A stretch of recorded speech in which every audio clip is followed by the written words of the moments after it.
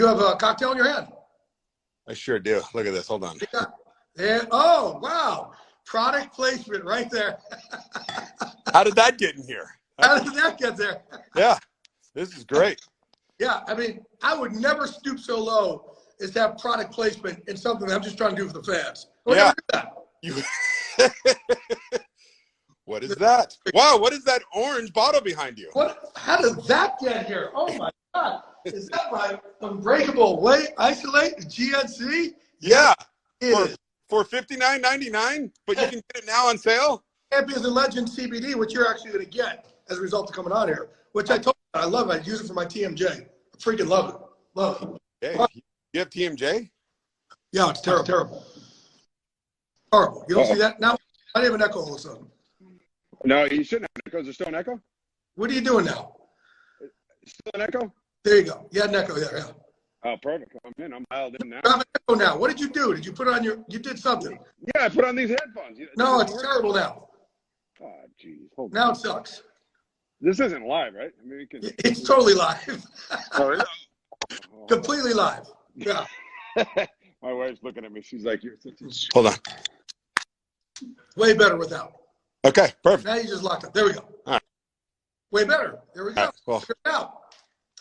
A couple of Hall of Famers here. Just figuring it out. Let's begin, shall we? James Harrison there giving us some love. I like it, James. He's part of the CBD family, the Champions and Legends. Like it. You ever try James Harrison? Have her what? Try and block James Harrison. He's on here watching. You ever try and block him? I didn't want to. If I had to, I preferred to go out for passes. I'd rather not block him. I bet I got in his way a couple times. I'm sure I got in his way a couple times for sure. He's very nice when he's on the football. He's commenting right now. Tony's like, okay, I just sidestepped that. Ooh, I ain't that dude. All right, so I brought you on here originally because did I get you on the joke a couple years ago when I sent out a text message to most of my friends in the league saying some shit just went down and your name came up. My phone's about to die. Call me back at the hotel, and it was a sex chat line for like $5.99 a minute. I did. And I tell you what, after 10 minutes of being on there, I knew it was a joke. That was ridiculous. 10 minutes of being on. How do I get caught on this? So people are asking now, like, what's the best joke you heard? I'm like, oh shit! It was this time with the Kansas City Chiefs with the fake lottery ticket. So you want to take it away here, or you want me to fill in the blank? How do you want to do this? I don't know. It's your show. I mean, you can tell it. You tell it so well. All right. Well, I'll put the first part, and you'll fill it in. Sure. How about that? Yeah. Because you're part of the back, right? So that was the first year I think they came out with Powerball, right? And there was $500 million prize, and you guys were flying over to go play in Tokyo, right? Yep. Tokyo. Yep. And they had a preseason game called the Tokyo Bowl, and they're going over, and because Powerball just came out, everybody was kind of going in on this, including the owner, right? Lamar Hunt and Clark Hunt, who owns it now, and all the executives of the team, but the way Greg Minuski, who was a linebacker at the time, tells me the story, is that the quarterbacks all kind of were putting it together, and your teammate from Cal, who was also a rookie, Pat Barnes, refused to go in with the other quarterbacks, correct? Correct. So, which is just like, what are you doing? You know what I mean? It's like, you're a rookie. What are you doing? Just fucking fit in. Yeah. So at one point, was it Rich Gannon? Rich Gannon, Elvis Gerback, and that's all I can remember, those two guys. Okay, sure. right. And they're like, hey, let's look at our numbers. Well, somehow, right, Pat Barnes shows his Powerball numbers, and Rich Gannon remembers them, or Elvis, whoever it was, remembers the Powerball tickets, and they give it to Greg Minuski, right? Yeah. So, Tony, take it from here now.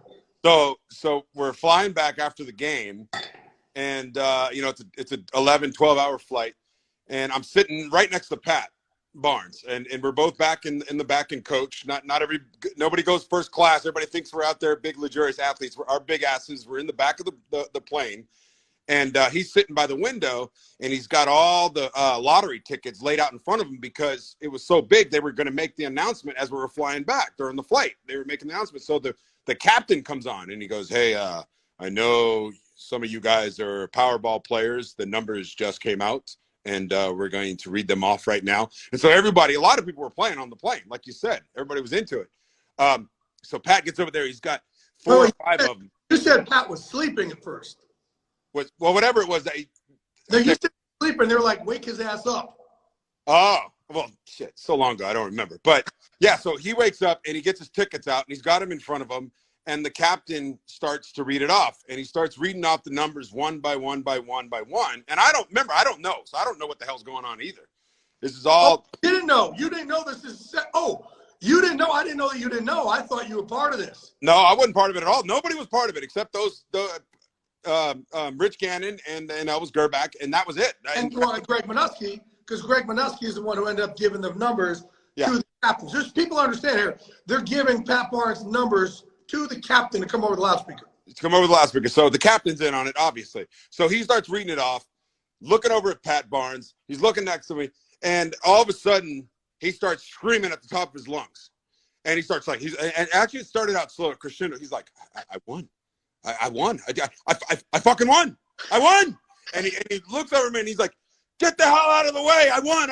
And he like literally pushes me, like almost jumps over me. And I'm like, and I'm high-fiving him. I'm like, yeah, yes, you won. Because he won like $250 million or whatever it was at the thing. And he starts going up and down the aisle. And remember, it was like everybody's tired. Some people are half asleep. And he starts going up. I fucking won. I won. He's holding the ticket like he won the golden ticket from Charlie and the Chocolate Factory. And he goes up to the front of the plane. And this is where I didn't go up with him. So you probably know a little bit better if you want to take it back from here. But I'd heard that he started yelling at his coaches. And he's like, screw football. I'm done. I'm out of here. I hate this stuff. Screw you, pointing at coaches and all that stuff. And then at that point, that's where Elvis and Rich were like, hey, and they jumped on him, like tackled him. It was a joke. It was a joke. His job. Told everybody, Mr. Hunt, screw you, Mr. Hunt. This is my team now. You're out of here. But I remember after it happened, he comes back and he's got this look on his face because I remember they went up to the front. So I didn't know what happened. He was just like a deflated little lost puppy that someone just took. Lost $500 million. Oh gosh, I felt so bad for him. And then sure enough, he got cut a couple weeks later. That was when you run up and you're like, fuck you to all the executives, you're bound to get cut. Yeah. It's pretty much going to happen. One of the best stories there. I felt so bad. How did you, since he was sitting next to you on the plane, how did you console him after? Nothing. I'm like, hey, you all right, dude? Dead silence. The rest of the trip, I don't think I ever spoke to him ever again. That's probably the last time I spoke to him. Serious? I can't remember speaking to him after that. It was like he was done. Just hilarious. Oh my God, that's fantastic. It is one of the greatest stories I've ever heard. Rosie just got on my rope.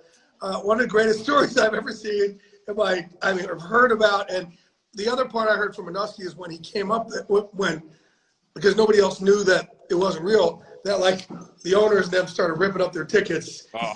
And I don't remember who your coach was at the time. It was Vermeil or Schottenheimer, and whoever it was starts ripping up their tickets. And Minuski's like, no! Asking to get cut when they realized it was all a joke. Oh my God, that was best ever. And then it's so great. Then he gets cut. I just knew it. It was that poor bastard. Love him. Is that the best joke you've ever seen in the NFL? I think it was. I was mean though, but also at the same time, the silver lining is Pat Barnes thought he won $250 or $300 million. A lot of people don't know how that feels. He knows how it feels to have $300 million. He felt it. That's the silver lining. Silver lining it? Seriously? Really? But I would think. I bet God knows how it feels. So you don't know how it feels. He also knows how it feels to lose $500 million. He does. That's true. That's true. You're a negative guy though, because I'm more of a glass half empty. I mean half full. The glass is full right now. Yes. So tell me, Glaze. How about can I ask you? Are we allowed to go back and forth here? Go ahead. We'll go back and forth. See what we got to do. Okay. So from a guy who's broken a lot of scoopage, you're into it.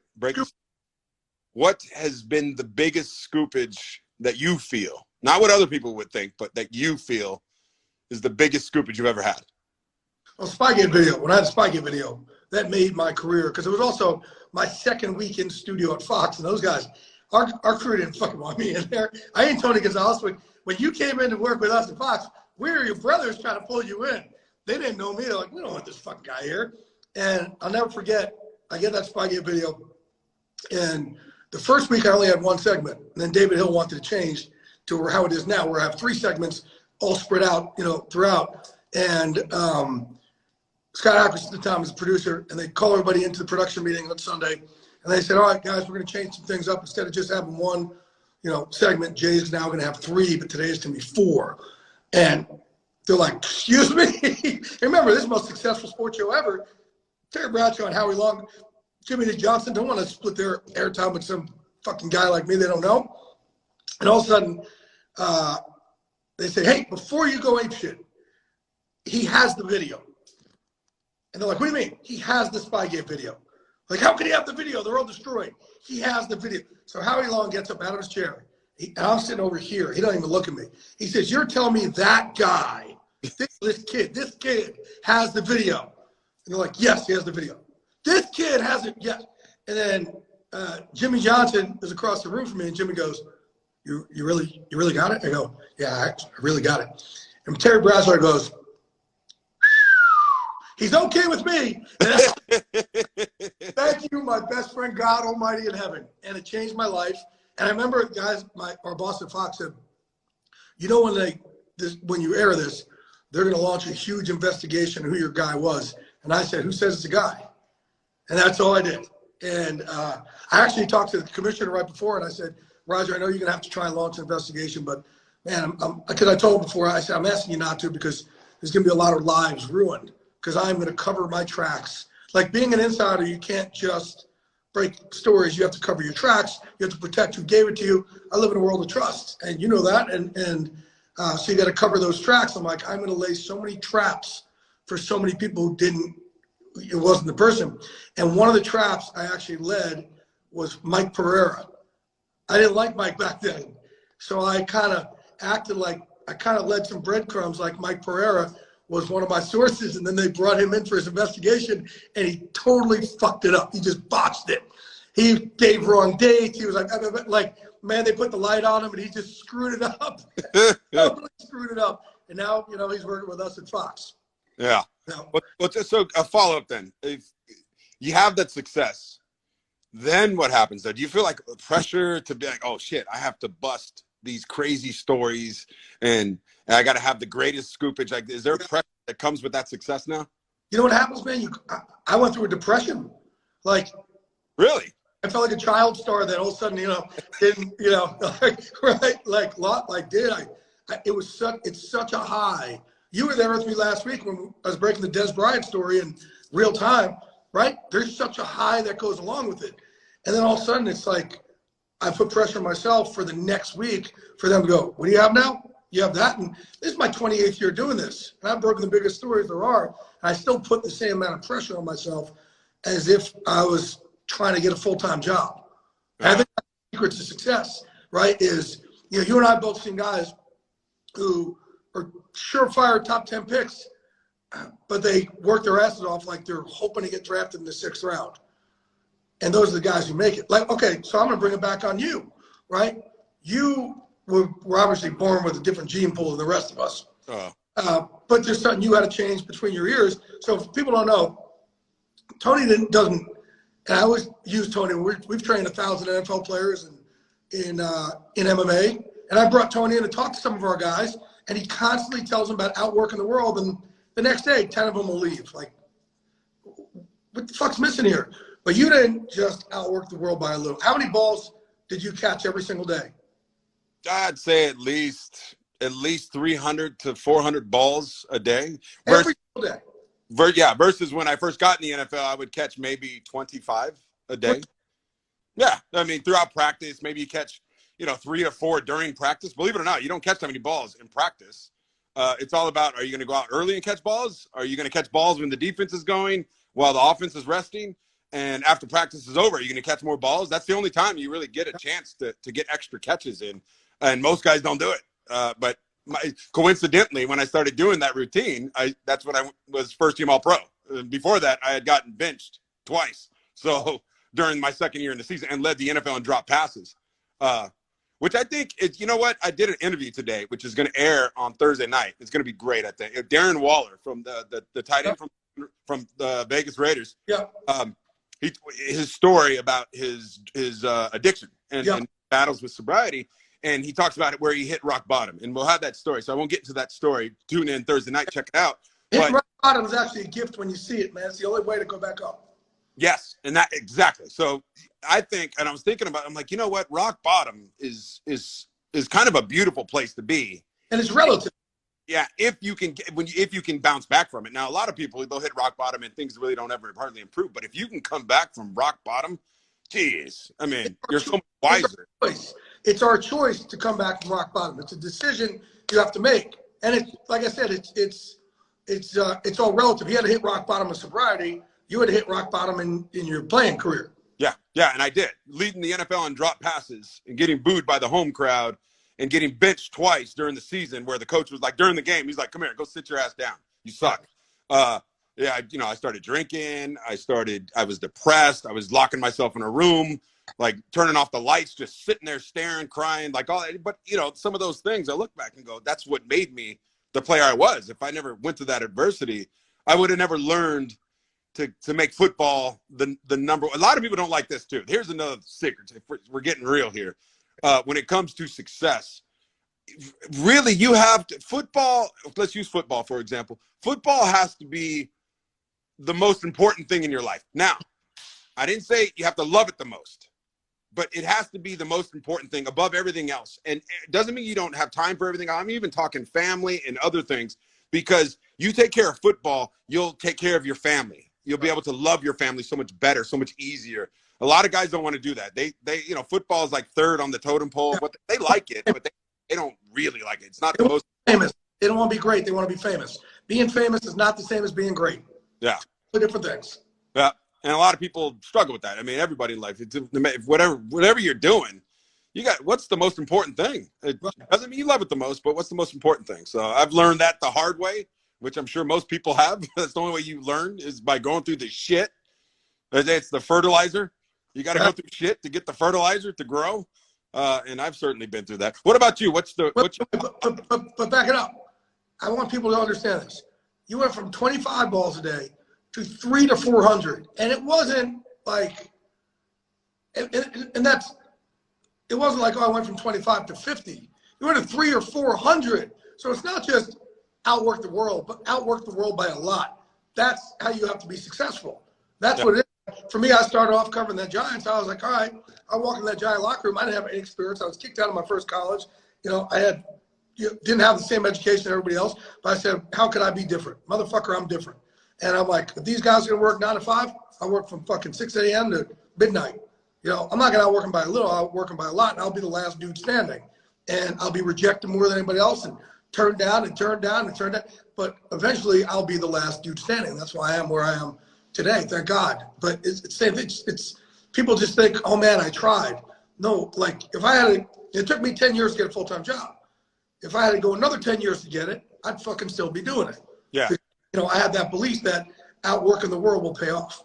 Yeah, and I think, and I know you well enough, and we've known a lot of really successful people. It's kind of like I have choices. Either I'm going to outwork you and make this shit work, or I'm going to die. Like, honestly, and that's it. And both of those outcomes are better than what it was before. I'd rather have those two outcomes than live the way I was living before. I think that's a good example of what rock bottom is. That's when you know you've hit rock bottom, where you're so pissed off and you say, I'd rather die or work harder than everybody else than go back to feeling the same way I was before. I want you to tell a story here also, because Tone came in MVP. I've been one of Tony's best friends now for going on 20 years now. And I never heard him tell me this. He and I talk about everything. And he came in MVP, our Emerging Vets and Players session. And if you're okay with telling us the world, because I think it's a good message. I know we say it in our private circle. We call it our huddle. And if you're comfortable saying it to the rest of the world here, I think it'll really help everybody else, and especially ex-players, to know it's not just – it's like everybody. Transition sucks. When you lose that team and tribe, you can tell everybody what you told. And we're sitting in a group of 70 combat vets and ex-athletes all sitting around opening up to each other. And, you know, Tony, tell everybody if you cool with saying that? Yeah. Well, so it was after I finished playing football, and everybody, by the way, every NFL player, I believe, goes through it one way or another, that transition to what's next, because we've been doing this shit since we were, you know, 9 years old, and now they're saying, yeah, go figure out something to do, go do something. And even if, and from the outside looking in, I had a great job. I was on television, I was making good money, but in the inside, I was just dying inside, because I don't know, I think it's just part of that growing pain that it doesn't matter. You're just doing something new. I got something that I love taken away from me. And so we were out in Spain, and I was with my wife, and we're on vacation, just her and I were at one of these cafes, and we were talking about work, and I was talking about how I'm feeling. And she goes, so how you feeling? And I said, well, you know, and all of a sudden it was like a wave of this cold feeling. And I felt like I was sweating, but I was cold. And I was like, I don't know what's wrong with me. And I started crying, and she's like, what's wrong? And I go, I don't know. I just feel like, I don't know. I just feel like nothing's working for me. I'm not where I want to be. I felt like I had peaked. I felt like glory was gone, and I'll never have that glory again of being on the football field, of doing something I truly love, and being free and doing something I truly love. Because there's a big feeling, like, you can do what you like to do, but if you're not free and you're not expressing yourself, you're not 100% authentic, you're going to feel like something's lacking. And I felt like that for sure, because I just wasn't getting that from my job at the time. And that was on me. It wasn't about my job. And so, of course, my wife says, hey, you know, that you're okay, you're good. But I had to go through that. I had to go through that feeling of it was like another rock bottom. Honestly, it was another rock bottom. And I said to myself, I'm tired of feeling this way. From here on out, I gotta just go be free. I gotta just stop being afraid of what people think. Stop being afraid of what even my own expectations. Just let it go. Surrender is what they call it in the spiritual world. And let God take over. Let the universe take over. Let divine, whatever you want to call it, let it take over, and trust that you got what it takes. And I was in a bad place. When you lose that confidence, that's a bad place. We see players in the NFL, and I'm sure you see fighters. I'm sure you see that the soldiers, when they come back, you lose that confidence and that belief in yourself. It's a bad, scary, ugly place to be in. That's why we're giving a team again to remind you guys, like, for you, think about this. That's what too many guys think. Like, your fear was, I'll never be great again. But you were great. Like, that doesn't suddenly just leave. You've been great. That will always be there. And too many of our guys that we've seen, and I see Dwight Hollier out here, who actually gave us our first player we ever helped, Orrin O'Neal, in MVP. Dwight, thank you, ex-player. But too many of these guys kind of looked at it like, oh, I used to play in the NFL, or I used to do this. No, you got to look at it like, fuck, I used to do this. Motherfucker, yeah, this is what I did. I'm proud of it. I'm good. And use that as your currency moving forward. You know what I mean? You can't just always chase. You got to be proud of what you've done. And for you, even if you never were a Hall of Famer, you still fucking beat out millions upon millions to play at the top level or something. That's who you are. Yeah. Right? But now you have something extra special behind that ribcage that gets you to say, I'm going to catch 300 or 400 balls a day. That's really special and different. So that is what makes you so great. And that greatness will never leave. Yeah. You may not think you have, you know, it's the interest. We had somebody come on, who just told us, on MVP last week. Hamza Abdullah, ex-NFL player. He said, you know, every year we come in and we have this whole book that's given to us, and we're going for the Super Bowl, right? We're going for a Super Bowl. That's what we're doing. All of a sudden, when you don't play anymore, there's no book that's given, and we don't have a Super Bowl anymore to work toward, right? So you need something to work toward that could be your Super Bowl. It could be, I'm going to be a great husband. I'm going to be a great dad. I'm going to help somebody else out. I'm going to do this as a business, whatever it is. But you got to have your own Super Bowl again, instead of just sitting there like, oh man, I lost my identity. Like, you'll never lose your identity, dude. You'll always be Tony Gonzalez, Hall of Fame player. That will never, or NFL player. They'll never leave you. Yeah, and you kind of forget, like you said, you kind of forget who you are, though. And I don't know, sometimes, Jay, I think maybe that's part of the process, though. Maybe you have to go through that, just like nobody gets to come in and step in and just be great day one. You have to build yourself back up, and that's kind of one of those things. You have to be willing to go through the shit. Like you said, you toiled around for what, 3 or 4 or 5 years. Fuck, 10. 10 years. Oh, it was an overnight success in 10 years, and who are you to think that you're not going to go through that again? So you kind of have to be ready for that, hey, it's going to suck for a little bit, but I've been here before. I got what it takes. I got to outwork people. That's what made me great before. And I was trying to do it. That's what a lot of athletes do too. They struggle because they think they've had that glory, and they don't have to start over again. They get to get out of the human experience of starting something. I'm just going to be great again. I'm going to go sell T-shirts, or I'm going to start a business and be a billionaire. And no, you're not. You got to go through it just like everybody else. And that was something I forgot, and I had to gain it back. I had to get it back, kind of like the Rocky III. When Clubber Lang was beating the shit out of him, and he's like, "You got to get back into the gym again, man. Success hurts because everything becomes so damn comfortable now, and it's not comfortable. Success comes from building grit and getting your ass kicked. That's how you become successful. So go get your ass kicked again. Go get beat up. Take some chances, and then you'll come out the other side of that." I used to always say, like, our fighters, we try and train them not to chase wins, to chase the fight, to make it. Anybody who goes against our guys or girls, when they walk out of their cage, they're like, that day fucking sucked. That was a horrible day. They took something out of my soul. We never chase wins. If you don't chase wins, right, you just chase the grind, that makes you a lot more dangerous. Love it. Love it. Right? Good stuff. All right. I love you, brother. I appreciate it. Is there anything else you want to ask me? I want to ask you before I let you go. No, man. I mean, how's your love life? Is it good? Great. Rosie, it's good. It's great. Me and my wife. Oh, whoa. You're married? Oh. This is embarrassing. Kick your wife? She's right here. She'll kick your ass, dude. Hot as fuck. That's your wife? I can't believe it. All these years we've been hanging out on this. I did not know. I'm so sorry. I call her my girlfriend. I love Toby also. I love all y'all. I appreciate you joining me. Again, everybody, veteranplayers.org. And, you got a little plug there. You want to plug something? Do I want to plug something? I mean, I could, but that would be tasteless, right? Totally tasteless. Nobody would ever do anything like that. Again, Tony, you get a Champions of Legends CBD will be sent your way. Actually, I'll give it to you this weekend. Yeah, you know what I usually have with my beer, though? I usually have wonderful pistachios with my beer, Modelo, while I fast on an app called Zero, which is the number one fasting app out there. Off the top of my head. Hey, by the way, where the fuck's my free beer? Oh, come over and get it, man. Anytime you want. Fucking, I want it dropped off over here. Are you kidding me? Shit. It's on the way. So full of shit. I love you, brother. Appreciate you.